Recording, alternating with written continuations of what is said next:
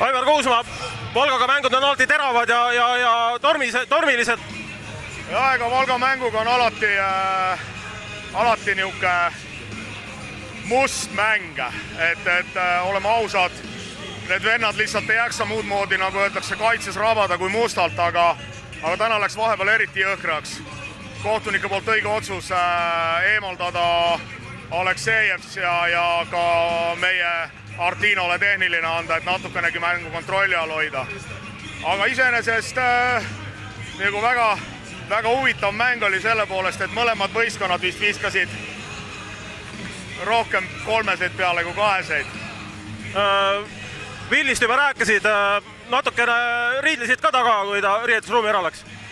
Ei ole ühelgi mängijal õigust endale 5. veana tehnilist küsida.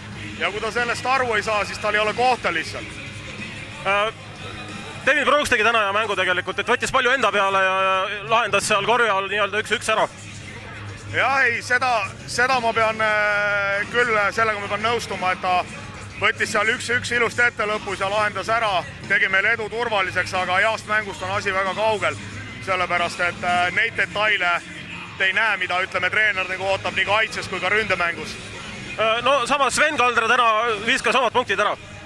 Sven oli tubli, kõik olid tubli täna joone tagant ja ma ütlen veel kord, et mul ei ole probleemi selle võistkonnaga 40 minti nagu võitluslikku mängu mängida.